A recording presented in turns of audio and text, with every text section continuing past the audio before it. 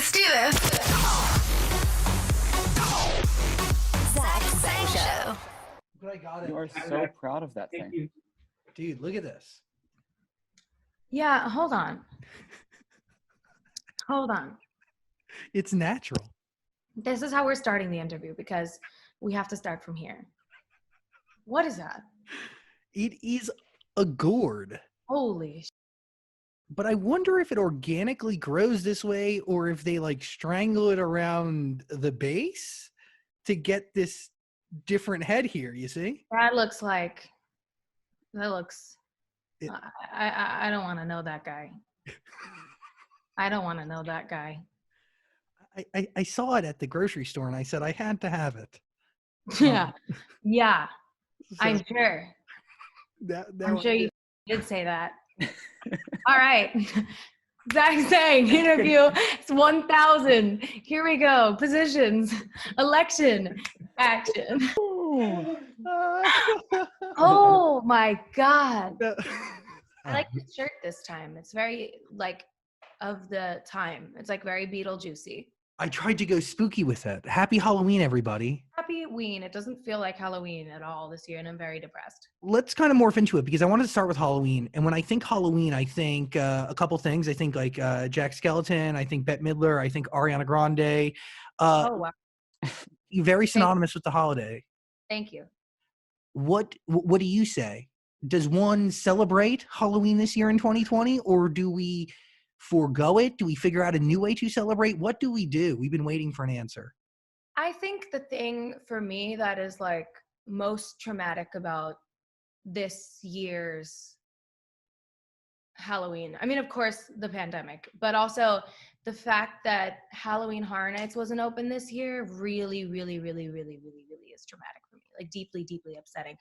I usually go like on both hands, I can count how many times a year. You know this. We know this. Like, Zach and I will walk through the mazes and the haunted houses and like the actors will be like, Ariana, how are you? And I'm like, what up, ghoul number 6? How's it going? We give a hug in the middle. They're supposed to be acting. It's like, you know what I mean? Like, this is my time. This is my, I feel like I can't, like this year is just now it hits. You know what I mean? Like, why? Of all the things that we couldn't we have just stayed at home for a few more weeks like all the other countries that were fine and are better than we are? Like, did we really all need to go to Saddle Ranch that badly that like we couldn't have waited for the deathly pandemic to pass?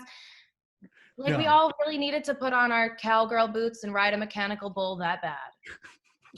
It is We all needed that Instagram post that badly. But by the way, like, it's those selfish moments that really put us in the place that we're in today. But along with Halloween, along with a brand new album for the world to escape in, we have Election Day coming up. So the power is with us. And you had a huge part with Headcount in getting a lot of people registered, but also educating them and mobilizing the next generation. It's rather spectacular. So thank you. Yeah, it was cool to have Headcount on tour with me and to be able to register over 20,000 people. That, like, you know what I mean? Like, that's amazing. I just remember like my mom and Matt Bennett going to the booths before the shows and being like, want a picture? Well, sign up. Like, it was funny. But yeah, I feel like that was such an awesome thing that we were able to do. And I don't know. I really hope that we're able to make a difference and take back our power this year. Very nervous. We're 17 days away now? yeah, it's 17 days, but by the time this comes out, it's going to be just a few days from Election Day. So if you haven't been able to vote already, vote in person if you can. But it's all connected here because the Positions music video not only perfectly captures the record, but you do have these obvious and sometimes subtle nods to what we're all facing together. And one of the things that stood out to me that I really appreciated was you were putting a medal on a postal service worker and a group of people that have been so wrongly affected over the last few months. But you do take on this responsibility socially, right? And you do incorporate it in your art when you can. I do. I think it's important too. And I think that I have kind of always been clear about where I sit with these matters and kind of like tried to work it in a way that is clear and definitive, because I do want the people that watch my work to know how I feel about the world and how I feel about women's rights and how I feel about people being treated equally, and why can't things look like this? When I heard for positions for the first time, I never thought White House. I never thought presidential, but it shows the depth to that record, but also it really foreshadows the depth to the entire album, top to bottom. What are the different positions that make up your existence? My existence. Yeah, who you are. Oh God, I don't know. Holy. I make songs sometimes. I am a dog mom. I am an editor, a producer, a vocal arranger, a writer, a dancer, a friend, a sister, a daughter, a girlfriend. I do a lot of shit. And it's like I have an amazing team and I work with a lot of really great people, but I control every single shot. Like I call every single shot. I control every little thing. And I used to not, and I used to be able to like pass things off and kind of trust people with other things, and then it would go horribly wrong. And now the only option is to literally fill every position. I look at my mom, like my mom's a CEO, an engineer, a mom, like the most fierce, baddest in the world. And I think that I learned a lot of that from her, because she does everything herself as well. Like they can't, and she has an amazing company and she has incredible employees and brilliant engineers that are manufacturing marine communication equipment. Do you know what I mean? Like all day long. But she's a part of everything, like literally everything. She has to approve every call, every shot, every position. She plays them all. But this has been a really, really fun experience putting this together and making this. And I think I love my cabinet in the video, my cast in the cabinet. Misha in there. We have Tyler in the cabinet. We have Taylor. We have Victoria. Yeah. Just an elite group of individuals. Yeah, a gorgeous, intelligent group of individuals that I love. And I believe that we should see more people in power who look and are like them and us and we. And it's like, how are we going to get this right for a country that is made up of so many different, diverse, beautiful people if the whole is being ran by straight white old men? Like, that's just not that's not fair. And by the way, we have no like how will we get this right? And most of those people, those heterosexual white men in power, lack any and all empathy, and they are selfish civil servants, when the reality is we need selfless civil servants to really be the ones representing us. Or just anyone else. I'm just kidding. I'm joking. There's a lot going on here. That's a long-winded answer. No, it's perfect. And I'm really excited because we have a whole album to dissect here. And we are going to go track by track as much as possible. Let's start at the top. Why was this the right time to give the world positions? And there's no way it wasn't a hard decision to make. Oh, yeah. It was hard for me to differentiate between, like, is this an inappropriate time to release because of the state of the world, or is this the appropriate time to release because it's going to make a lot of people feel something bright and something better and be uplifting to people? And at the end of the day, I was like, I'm an artist. This is what I'm supposed to do. I've always kind of tried my very best to take situations and make my fans feel better and make myself feel better, make the world kind of like smile about it or learn from it or whatever, or turn it into art in some way. So I kind of was like, the project is ready.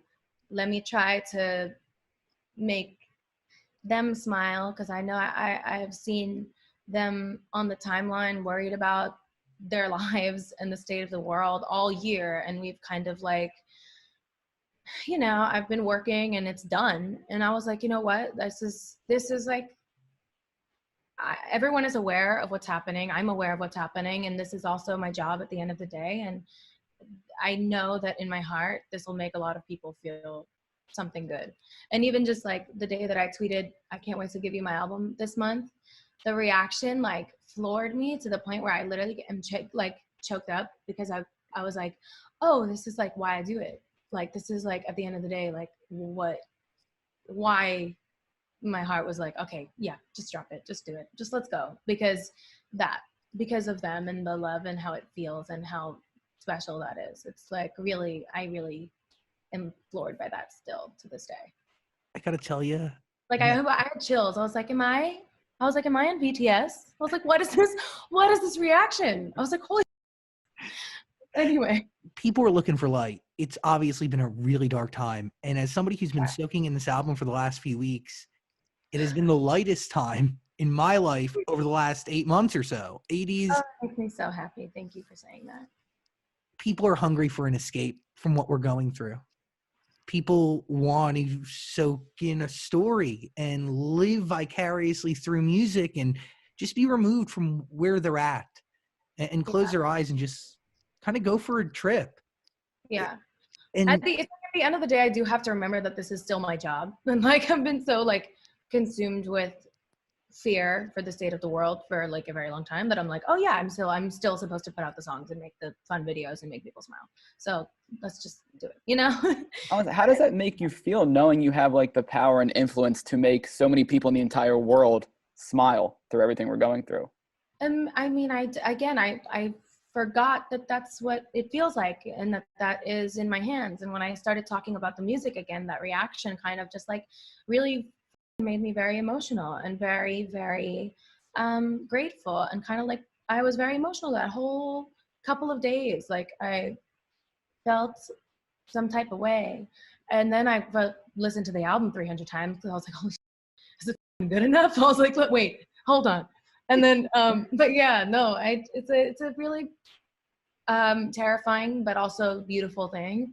And I think that's the thing with the internet as well, is like it can be so beautiful, and you can make so many important relationships and friends and fans and see them come together and form important relationships, and it's so beautiful. And then at the same time, you're scared that you're going to see someone misinterpret your work, and you're nervous about that and whatever. So it's a tricky thing, but I am super grateful for them and anyone who gives a shit about what I have to say or sing or write or share. And it's like such a moving thing in my life. Like, it makes me like, all right, you know, I need to hang up, you know. Makes me like need to go call my therapist. It's overwhelming. Sorry, go on.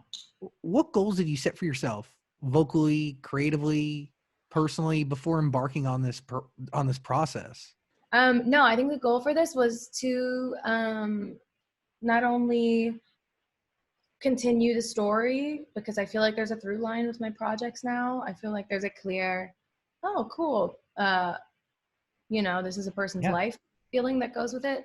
To continue that through line, but also to sing a little more. I think I was very excited to focus on narrative and making fun bops for a little while, and I miss really singing more. I wanted to sing a little more on this one, and it felt nice to be creating from a more healed place, which is nice. I know a lot of people love Thank You Next and want me to always make something like that, I think, but again, I think that I'm happy that that was executed as well as it was, and I'm happy to not be in that kind of pain anymore and to be in a new chapter. So it felt really nice. I think the goal was to create something that felt more vocal and more healed as a reflection of kind of where I am at. And it's been almost 2 years since Thank You Next, so that's really cool, and also a long time for me, I feel like. So I'm grateful that people still care to hear what I have to say.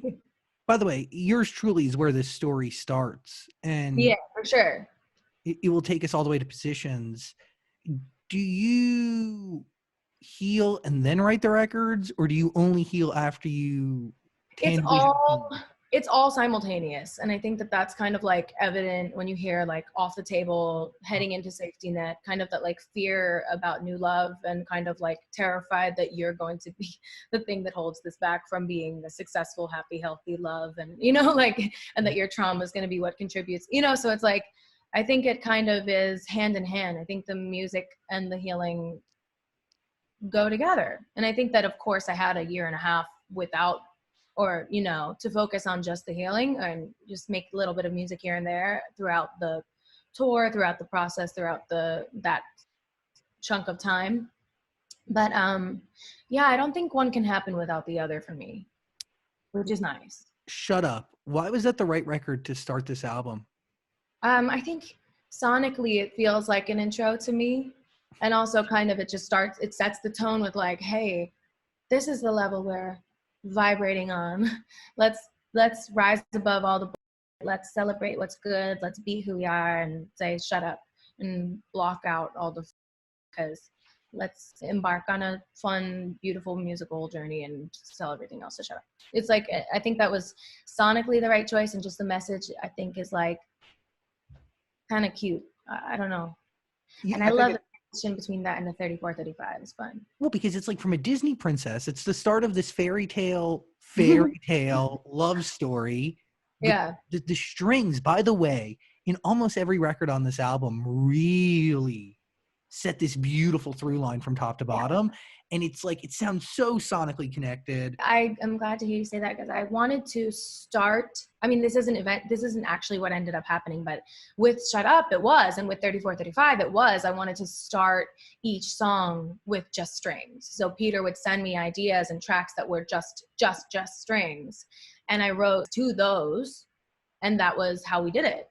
Like, Peter would text me the strings, and like, we would start the song with just the strings, and then Tommy would go in, and Franks and Javi and everyone who worked on this project and would go in on the strings afterwards. So we would like get them and write to just the strings, which was a really fun part. But yeah, so me and Taylor and Mikey did Shut Up, and yeah, we just used all the notes on the scale, you know. Like, we were like, how can we make something that's fun lyrically and then also like so musical at the same time, so that it feels like orchestral and sophisticated, but lyrically it's kind of just like fun and chill and like, yeah. So good. I mean, when you're crafting a record, who are you thinking about? Who are you talking to? Because clearly you're saying one thing to someone or a group of people. You're telling them to shut up. Is there someone you're thinking about when you're writing it? Yeah, I think Shut Up, because we want it to not be too like aggressive or preachy. It's just kind of like an invite to, you know, act different and not spend so much time being negative and trying to not waste your energy talking about people you hate, or, you know, so it's kind of about, I think, like haters in a way, but not really, because that sounds so corny, because it's not. It's about people who you feel badly for because they just live in the negative world, and you want them to just come hang with, you know, me and Taylor and Mikey, and we, you know, vibe, whatever, like whatever, or whoever fits in that circle, our circle. It's kind of just, yeah, leaving space for them to be better. I just think it's the perfect way to start the album. You're basically saying like, here's me, here's my album, these are my stories. If you don't like what I have to say, like, worry about something else. Stop focusing on hating on me and everything else. Oh, sure. Yes. I love that that's what Dan says it means. I said yes. Well, it's true because before no, it totally is, but you just said it in a way that was so much more direct than me being like, oh, the spiritual realm in which we survive is you know, like, shut up right now. Well, yeah, because, you know, the album gets like much more mature lyrically wise than your other albums. So to me, it's like, if anybody has hate on it or hating on what you're saying, you're like, go back to Shut Up and listen to what I'm saying. Like, sure, exactly. So it's basically like, if you can't get past track one, start over. Exactly. But it is truly the perfect start to this. You know, the lyric that stands out to me, all them demons help me see differently, so don't be sad for me. Thanks. You're essentially saying I wrote that part. It is true, right? Like, you do have a different perspective We all do. Our perspective is built off of what we experience. Yeah. And there are some demons in the path behind you. Oh yeah. Wouldn't stand in that wake. but it Steer clear. All. By all means. buckle up. But it does affect how you step forward and how you navigate. Oh yeah, for sure. Yeah. And you're grateful for it. I am grateful. I'm grateful. I wish, some of it had not happened, of course. But I think that I am very blessed to have the people in my life that I have, and friends like you, and the escape that is making this stuff. And I do see things a little differently. I think I have a major, I have a level of gratitude just to even be here anymore, that I'm just like, I'm good, all right. 34, 35.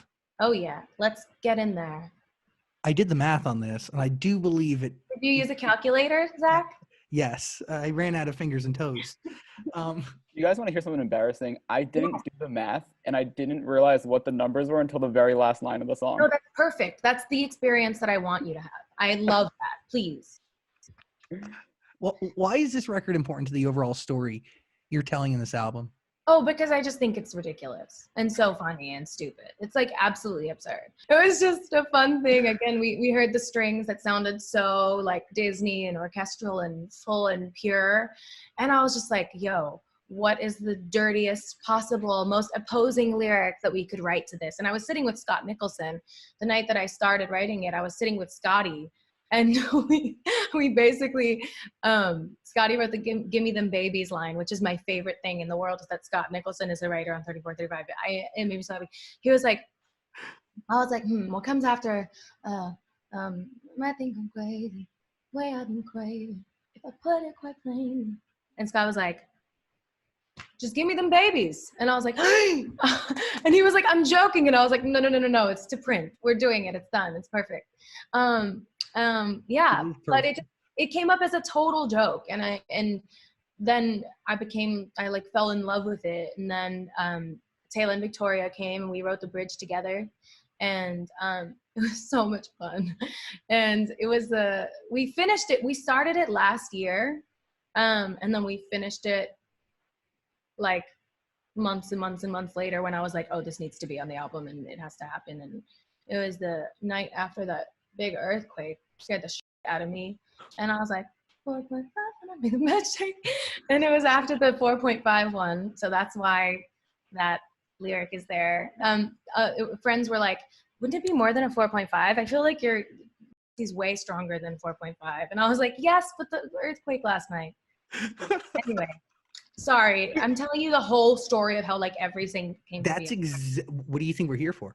I don't want to say the earthquake is the reason why, but it is the reason why we have that line. But what do you have the rest of the album and then go, there's a hole to fill, and we happen to have that one song that we did a year ago?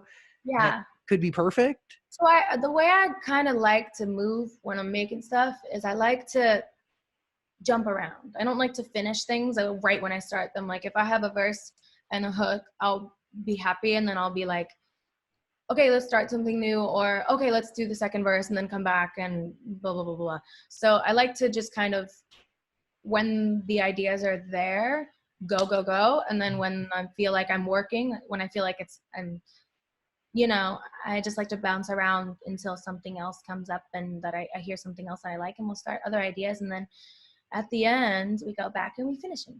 Interesting. How do you know that it was time to hit pause on 34, 35? At what point did that song end, and then you picked it up? Oh yeah, when my mom got there. Oh. Yeah. Mm-hmm. She was like, "Hi, Ariana," and I was like, "Billy, pause."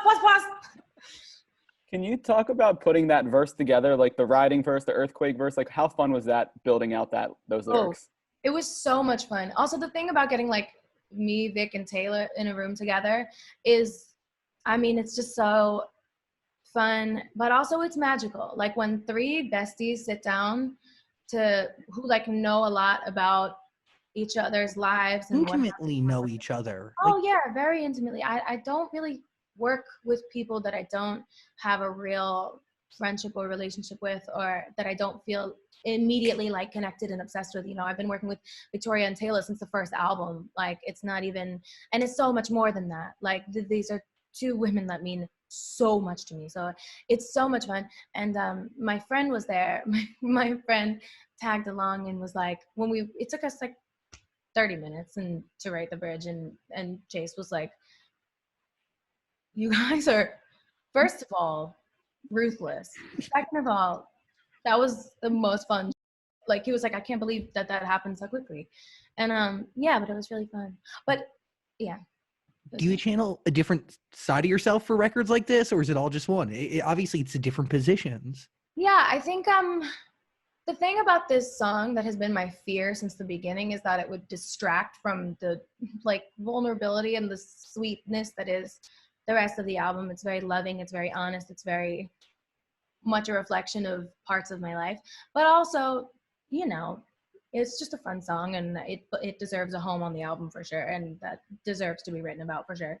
But yeah, I don't know, it's just kind of like, I think that everything I do kind of has a little bit of humor in it for sure, and I think that people know that I'm not really like Making somebody strap in. sitting here till dawn, like I'm not really, unless they really think that, in which case I hope that they work on that. I'm kidding. I'm kidding. I don't know. I don't know. I've been very nervous about this one because I don't want it to distract from the rest of it. But I do love it. And sonically, it's like one of my favorite things we've ever done. Let's go from a song that has humor to a song that, in my opinion, has no humor, but if I can't listen to it and not cry. Off the Table. Oh God, what a jump. Yeah, totally different. I'm But here. I've heard the song so many times now, and I cannot get through it without, I don't know, it's just such a beautiful song. Thank you. Dan, That have you heard it? What? Have you heard it? Of course. Okay, good. All right. Just want to make sure. Was there an actual moment in your life where you genuinely thought that like love might not be possible again?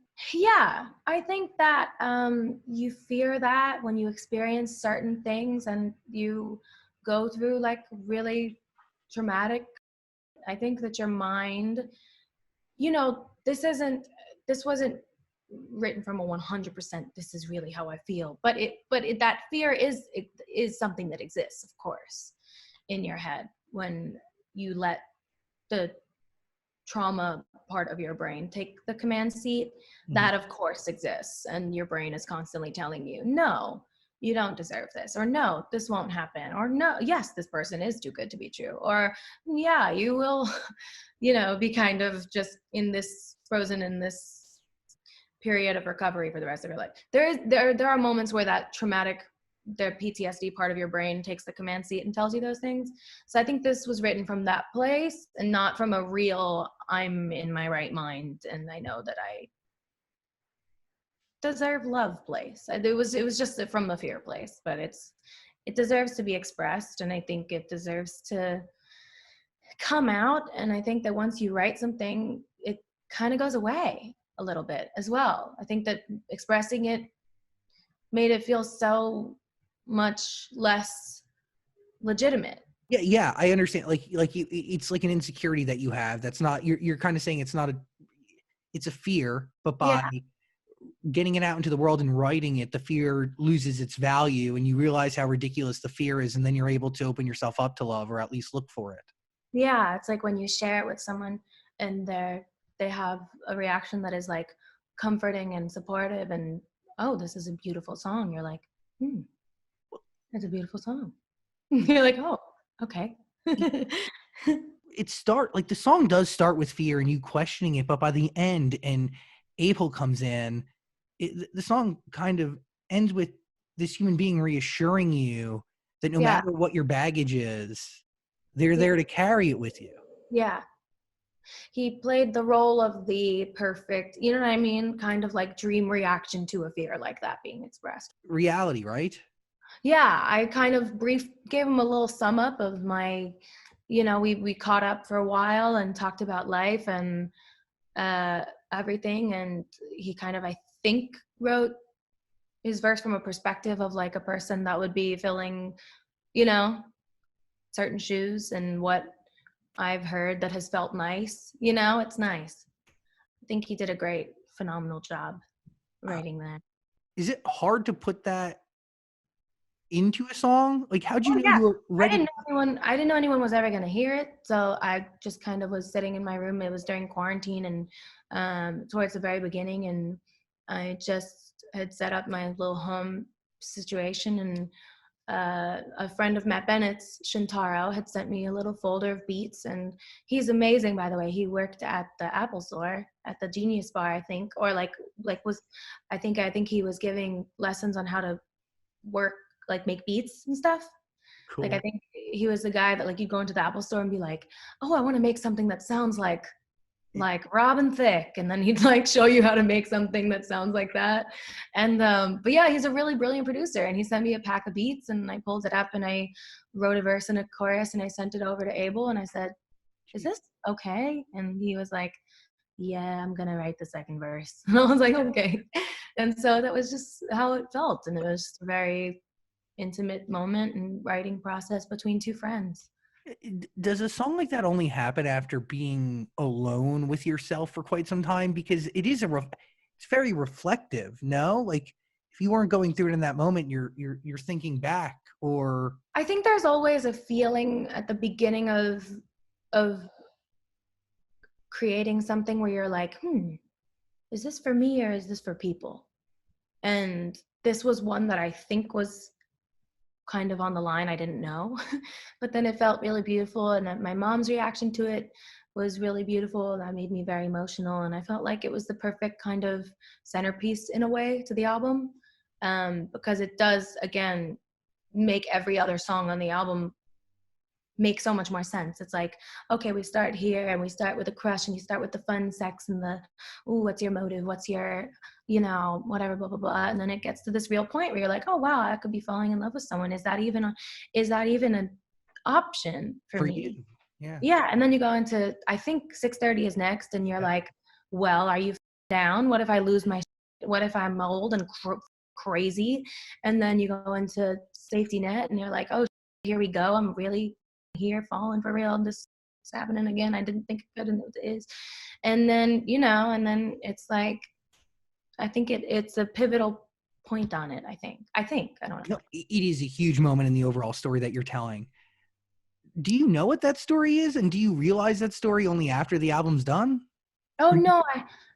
I mean, of course it's nice to see it come together and make sense for strangers or for other people listening, or for people who aren't living through these experiences. But to me, it's clear because I'm making songs that are coming from a real place. And, I'll be like, it's like, that's the process. I wouldn't, it's like, I could sit here and you could give me a word and I can try to make a song about a word, but it's not going to be as good as if I sit here and I make a song about some real thought that I had, Wow. The strings on this record, it hit me. And I think Off the Table and Myron are actually connected in some weird way. Did you hear the song?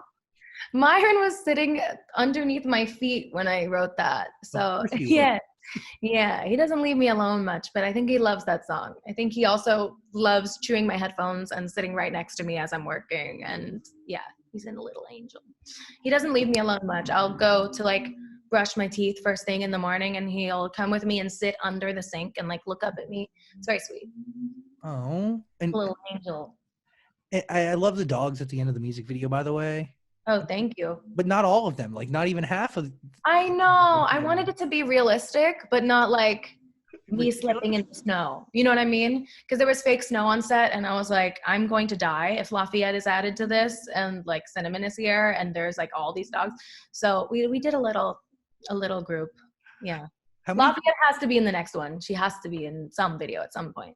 Do you have 8? I lost count a long time ago. Okay. Got it. Is Off the Table, would you say that's one of the most personal songs you've ever written? It's hard to top Thank You Next because it's so much more straightforward. But I think it's different because I'm kind of the only one in there. It's just me and Abel who wrote it, so maybe. But I don't think so. I don't know. They all have so much of me in them that I don't know. I don't really like to be like, is this the one that means this? And I don't know. I think they all kind of fit in a puzzle somehow. How do you know it was time to share this story though? Because something has to No, happen. actually, Dan, I do have an answer for that. I think 34, 35. I'm joking.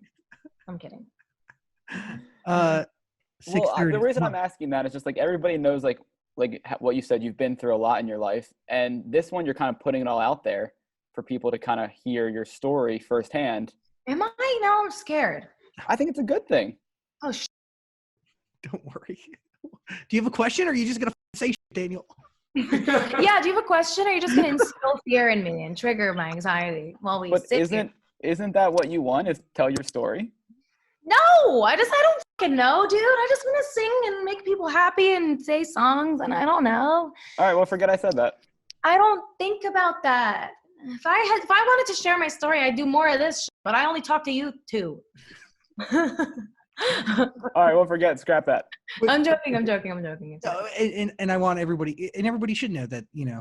Yeah, but it's also like yes, in a way, yes, because it's like I do want some control over what the narrative is, but at the same time, you know very well that I don't like to spend too much time thinking about that because it's scary. What does 6:30 mean? 6:30 is like 6:30 on the clock. Down? Are you down? Oh, Like down. the position of the clock points down. Yeah. I was literally like, does the sun set at 6? Does the sun set at 6:30? No, both the arms are facing down. I'm really happy this album has thrown you for a loop, Zach, saying your brain is burning over there. That makes a lot. I'm so glad. This profound body of work could really make you short circuit. Like, Dude, it's made me think. And I really, truly have spent a lot of time with it. So I am dissecting all of it. You do need somebody to play video games with you at 2 a.m. Do you have that right now? yeah, hell yeah. Oh, congrats. That's a big Yeah. deal. But we're asleep by 11:01 or by like 10:01. We're old. I'm old.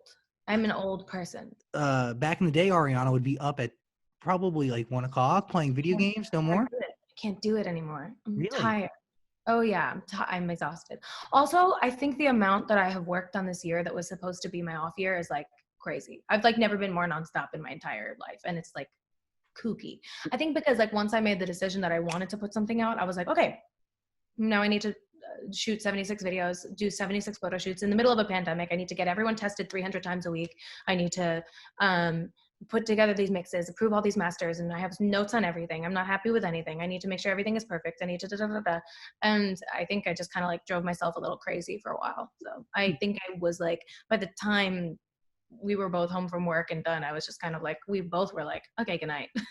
We were both like, okay, we're in bed by 7, watching Netflix until 10 and then sleeping, you know, like old people routine. This is all that happens. Do you realize that you want to put out an album only after the songs are done, or do you go, I'm going to put out an album and then start creating? No, I see a list of like things that I know I would want to be on an album. Even if they're unfinished, I know that there are titles like of things that exist in my head. And once I see like 10, I'm like, should I start paying attention to this? Do they go together? Is it cohesive? Does it make sense? And then I'm like, oh wow, we're onto something. And then like it's just, it happens, you don't realize, you know, like I'll just look at Tommy. We got a little whiteboard in the studio and we write on it and keep lists of like what we really love and make like a little to-do list of what's left to finish on them. But once we're in the double digits, I kind of look at Tommy and I'm like, are we here again? And that's always a very exciting moment. And yeah, that's kind of when you realize that you have something, but only when it presents itself. Like you don't set out with a goal, you set out to create, and then eventually yeah. skirt skirt is a language unique to you. There's a lot of I don't think so. I don't think that is true. no. I would say that that's not true. Oh. Skirt skirt. Dan is laughing at me. Am I not cool enough to know who else uses skirt skirt? I feel like that's a commonly used thing in rap songs, and it's an ad lib for some rappers as well. You know, they're like skirt. You know. No. I think it's around, Zach. Okay. I think Sorry. we don't coin that one as an Ariana Grande phrase at all. I think we back out of there quick. What do you coin? I like the nods to the other albums lyrically that are kind of like they're kind of trickled throughout the album. I purposely kind of try to tie in certain phrases that reflect and tie in other records to make sure that there is a through line, and that I did it with Sweetener and Thank You Next as well, just to like kind of like wink at the other songs and continue the story and kind of like show the evolution of how situations have evolved and how certain feelings have evolved and changed. So I did a lot of that this time. There's a lot of them.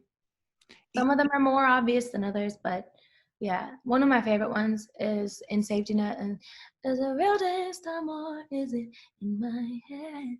I like the in my head reference. I like little things like that. I love it because one day or even today, somebody can sit down and listen to most, if not all, the albums, starting with yours truly, and really be able to see a human being progress and grow and evolve. Sure. Yes. It feels like one. Side to Side was very meaningful. Bicycle. That you can coin. I don't think anybody else used that. Dan, I think, is the one where it's the most personal. You know, you asked me before, is Off the Table the most personal record I've ever written. I think it's Side to Side. I can see that. It's a really tough. They're neck and neck, but also shout out to everyone that still is surprised when I'm sexual.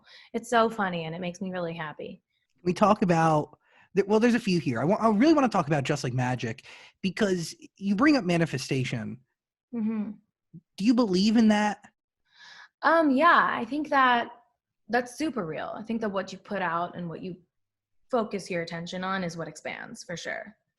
Do you think manifestation played any role in your journey now, or to get you? Yeah, I think for sure. I think that there is a certain way to look at things, and when bad things happen or when things get really tricky, it's hard to still look at them that way, and you still kind of have to try your very best to and learn about restriction and learn about channeling the right mindset and really try. And it's hard and it's like so complicated and hard, but everything you do, I think, kind of contributes to the life that you create yourself. Oh yeah. Like every thought that you have, and it's hard because again, it's like we live in a world where we're taught to hate ourselves constantly. So it's really hard, but it's like every single thing I think that you think about yourself and others and how you react to things, what you choose to think about, what you spend time talking about. It's like, I think it all plays a part somehow. I don't know. I just, back to more manifestation, like if we're going really there, because I kind of went off the rails a little bit. But my mom always taught me that if I want something, it can happen. Like it's absolutely possible, and to never act like it's not. And I think in a way that's kind of manifestation. It's like you think about it like it's already there, and it is. But I was taught that since I'm 4 years old. I was 4 years old and they called 411 to ask the lady who worked at the front desk at Universal, probably the theme park, probably not even the studio, if I could audition for all that, And then I was on Nickelodeon. That was like my first, Yes, it is true. I do think it's real, because I think that's how I'm here at all. I think my mom taught me that. I totally agree with you. What a great thing to tell your 4-year-old is like, you can do anything you want, And by the way, that hit me in my life at the age of 10, and it impacted my path even from that age. You were the youngest rock star, radio host, entrepreneur how old were we when we started doing this together? You were what, 15? Yeah, we had radio show on 1,000,000 stations when you were 2 months out of the womb. A fetus. Right off the press, couldn't even speak. You're like, I'm Zach saying on the radio. Say it's. Well, you want to go? I was going to quote from the song, one of my favorite lines, one of my favorite passages from you go the first. album. Say it's tricky at the top. Got to keep it slim ego for a thick wallet.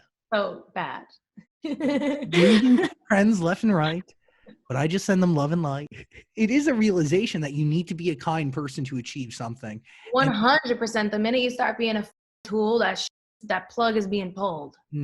Kindness. It might take a while, but you're pulling the plug on yourself. The minute you start treating people weird, the I don't know, the runners and the first ADs and the yelling at people, the minute your plug is getting loose and you're, like pulling. Yeah, it's not, you gotta be nice to people. You gotta be grateful. You can't see one achievement as a indication of anything. Like you can't accomplish anything and see that as like, I'm different and I can act different and I don't have to work as hard now. And no. It's a complete opposite. By the way, like that's a really valuable lesson that you don't actually learn until you're maybe put in the position. like to have a great success, like you don't. When you have songs and then you can't hear certain words anymore? Yes. They're like, I have a problem. And I'm like, I hear the intro start and that I should be in my place ready to go like this. Like I have like trauma for all these songs. The Ty Dolla $ign collaboration is phenomenal. Mm-hmm. And by the way, it was the only song on the album that I was clearing my throat, not saying, yeah, it is. So thank you, I meant. I was clearing my throat, but it sounded like I was like, yes, it is. How does this collaboration with Ty Dolla $ign actually come to be? He walked in, but he just walked in and loved what he was hearing. And I was like, well, this is a perfect time and place for us to do something together. And I've always wanted to. I'm a big fan and he's a great guy and I've always wanted to. And so it just happened to work out. I think he just kind of sat down and loved what he was hearing and was like, let's do this together. And I was like, yeah, that's great. Well, the record is, the entire album is very much present, but it gives me a timeless feel. Safety Net, it's like feels very old school R&B, but in the best possible ways. Thank you. That's my wet dream. Tripping, falling with no safety net, all over the sky. You're questioning if this love is real. At this point in life, do you even know? Like, do you have a test? Do you have a gauge? How do you know? Well, you don't, but you do. Your heart, your gut, your friends and family, I trust the people around me a lot. They've always, in the past, when I've been in something where it's not gone the way everyone has wanted it to go for me, they've always been like, hi. Yeah, that. You've been one of the people. So it's like, yeah. Your gut. You learn to trust your gut over time. Yes? Oh, or yes, but also like you can't, when you're a person with anxiety and depression, there's this like weird thing. There are times when you can't differentiate between your gut and your trauma and your fear and your anxiety and your PTSD. And you're like, who's lying? Which one? Yeah. So it's a tricky thing, trusting people and whatever and blah, blah, blah. But there's a time when you do feel safe and it clicks and you're like, and, trust is a big thing. And I think that song kind of is a very accurate depiction of what that fearful stage of falling in love feels like. From that into My Hair, I'm obsessed with this record for so many reasons because vocally, it's unlike anything I've ever heard from you. You go the deepest vocally that you've ever gone. Like it is so good. Oh, thank you, Fredo. Fredo goes from in the corner. Thank you. Yeah, I don't know. It's like at this point, I've done a lot of shit. I want to keep it fresh and exciting. I want to use all the parts of my voice I can. I want to have fun and just make records that I feel like I haven't made before. And yeah. Your hair is so, I don't understand why it's attracted so much fascination throughout the years. It sure has. It's unlike, it's so wild to me. From the red velvet red to the ponytails, you have somewhat publicly been defined by your hair, But Yeah. also in life, hair is intimate. Hair is personal. Yes. But- No, it definitely is, especially when your hair kind of is something that you use to differentiate. You know what I mean? It's kind of like the red was Cat, and that was very much a character, and that was very much a portion of my life that I love and I am so grateful for. And I look at it and I love it, and I see red and I'm like, red hair, and I'm like, oh my God. And I think fondly of that, but it again is not me. And then I see the journey that it's been to, I did put your hearts up with red hair, and that felt weird. Do you know what I mean? Because it's like I felt like it was keeping me in a. Everyone thinks I hate that record. I do not, but I do consider it a transitional part of my life. That's why I never made to an album or anything, because it's like I didn't feel like that was an accurate reflection of who I was as an artist or a person. And I was hair like, is okay, connected to that, by the way. yeah, I was like, this is a confusing time. This also was a song written during a writing camp when I was writing songs for Victorious, and it's heavy, and it kind of ties me to that. So then what do you do when you're an actress on a television show who's trying to also pursue a music career simultaneously because you're insane and can't wait? You dye your hair back and forth every weekend.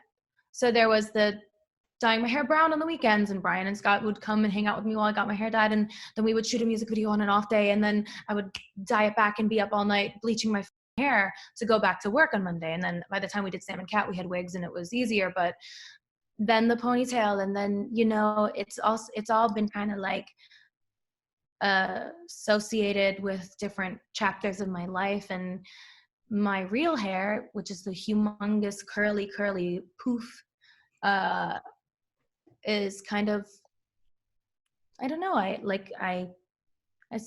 so few people get to see it, and it's cute, and it reminds me of me as a kid, and it reminds me of, it's who I am privately. And but so is this. I wear my ponytail all the time too, but the curls are definitely something that I don't bring around much. But I think that's kind of what I envisioned that song being about, is because it's like such an intimate thing, is to be just like curly shower head. And yeah, and my boyfriend loves it, and he's like, girlies, yay. So it's like a very intimate thing, and I think that's kind of what that is about in a way, because like you said, the hair for me is such a guard character facade type thing, and it's had its own evolution, but it has always been like this kind of like costume piece. Does that make sense? Totally. Yes. Any sense? Am I making any sense? You are making a ton of sense. But at the same time, I do love my ponytail. It's like if I would choose to wear it like that, I would, you know what I mean? So it's like, I don't know. It's like a uniform to work, dude. It's not. It's hard because it's like, it's me, but it's like, okay, there's another me. You know what I mean? It's like, okay, there's a curly showerhead me that looks exactly like my baby videos, you know? Would you ever start wearing your hair naturally, like with the curls? I think I would. I think I have a hard time marrying it to the music for me, because I have kind of created this persona and this thing and this, I think, I don't know if I love it for work. Does that make sense? Yes. There's, I mean, it is the same Ariana, but there's a different. Yeah. There's a difference between the two. Like, and I like that. I think I like that for now. I mean, maybe there will be a phase in my life where I'm like, oh, this makes sense for this project. I should rock this for this project. But for now, I think it's like a really nice private separation, like degree of separation that keeps me kind of like, yeah, this is separate, and the things that you see are separate, and it isn't your reality. And it's like there is this time where you do get to take the character off. Does that make sense? totally. Because it's like you see a lot, and it's just, to be a person who does what I do is a blessing, but it's also kind of weird. And I think there are times when I'm really grateful for that degree of separation. Although it is such a blessing and I am grateful to be in the position I'm in, it does feel nice to have like this grounding thought of like, yeah, that's not reality. You're reality. I don't know. It's so much more than hair. I'm talking about way much more than hair. Sorry. Yeah, but it is all connected to your hair. It is Really? all.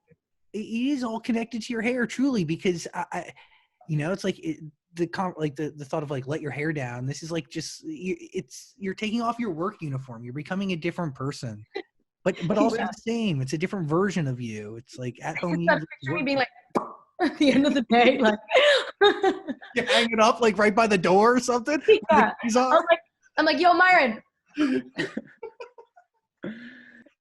POV, one of my favorite songs from this album, and personally and a little selfishly, the record made me really adjust what I'm looking for in a partner, because it's a love song that opened my eyes as opposed to making me jealous of love or sad of somebody's love. It was really hopeful and slightly empowering, and I don't know, it made me realize what I should be expecting in a partner, which is a Yeah. big deal. Well, it's a tricky one because it's also like, of course you love yourself before you're able to fully love someone else. Of course. And this isn't really about that in a way. It's just kind of about, you know how everyone has the little things that you're like, ugh, how could you like that? You know? And you see someone who you're madly in love with, love that. And you're just kind of like, I'm floored. Like I'm like choking up. But you know what I mean? Yeah. Like, oof. I want to feel that, you know? And I kind of was like, wow, I don't think that's a song that's been written. I was like, I'd love to see me from his point of view. And then I was like, let me text Taylor real quick. and then we made it, and it feels really special. And I've never thought that before. Yeah, you have to experience this in order to write it. Correct? Yeah, and I think it feels really special because I don't know many songs that have that concept, and I don't think they are there. And I think that a lot of love songs exist already, and to write one that feels like new and like a new piece of information and a new point of view, for lack of not saying a bad pun, it feels really like special. And so yeah, I don't know, that's a very special one. I adore Taylor. I love writing with her, creating with her. It's so special. With the more and more success you have, do you find yourself questioning everything you release more or less? I think I have to remind myself that I need to not put the pressure on myself to outdo what I've done or make it about things like that, because it's not the point of being an artist. It's not why I started singing. It's not, you know what I mean? So I was just as happy singing in gay bars after a show of 13. And, that it's about singing. It's about loving music. It's about how it feels to sing. It's my gift. And that's what I need to keep reminding myself I'm a storyteller, I'm a singer, and that's my job. And the rest of it, I can't get wrapped up in, because I know that certain moments that have happened are what they are, and I just need to worry about making new moments that are, of course I want to challenge myself to continue to grow and continue to evolve and make things that aren't, that are new. But also I don't want to put pressure on myself to outdo something in a, you know what I mean, other than just performance and what I have to offer people. I can't put that pressure on myself because it'll make me sick. It'll ruin the point of art. It's like, I know that a lot of people do care about those kinds of things, but I can't, because I know it'll make me unhappy, and I know that it'll kind of blur the point of all this for me. So what is success to you? How do you measure it? How do you look for it? Success is different to each and every one of us. Yeah, it's very, very, very different. I don't know. I think for me, it is really cool to have number ones and to have a Grammy that is currently sitting in a pile of yarn in my closet. It is amazing, and I'm grateful for acknowledgement, for achievements like that. And it means a lot, and I'll always say thank you, and I'll always be celebratory of those things, of those moments and achievements. But I think, to me, I am successful by being able to make something that I'm proud of and sing and love, you know what I mean, what I have to offer. I'm proud of it. I am proud of what I make. I'm proud of my voice, and I love my fans. That is success, is having them and my family, my friends, my dogs, and having love, and having, you know, going to sleep feeling grateful and snuggling at the end of a long ass day and having that to look forward to is like success. You know, it's like, that's real, you know? Yeah, it's real. It's real. It's more than Love, just numbers. love and being proud of yourself. And that's a really, really, really major accomplishment. I think that like the rest is distracting and can make you feel sick and yucky. I hear a lot of shit. I see a lot of shit, and I try so hard to not engage with it, because I want to deliver and I want to make people proud, and I know that numbers matter to the labels, to the fans, to the things, to this, and like all of that is important to a lot of people. But at the end of the day, I need to, in my heart, success is just everything I've had since the beginning. Like love and the ability to sing and tell a story. I'm happy, you know? Yeah. What you're saying is the truth. I believe that you would have still created this album even if nobody was on the other side listening, because it just needed to be done. And I think you would still sing even if there was just 10 people in a room as opposed to 10,000. I did sing when there was 4 people in the room, and 3 of them were Frankie and 1 of them was my mom. You know what I mean?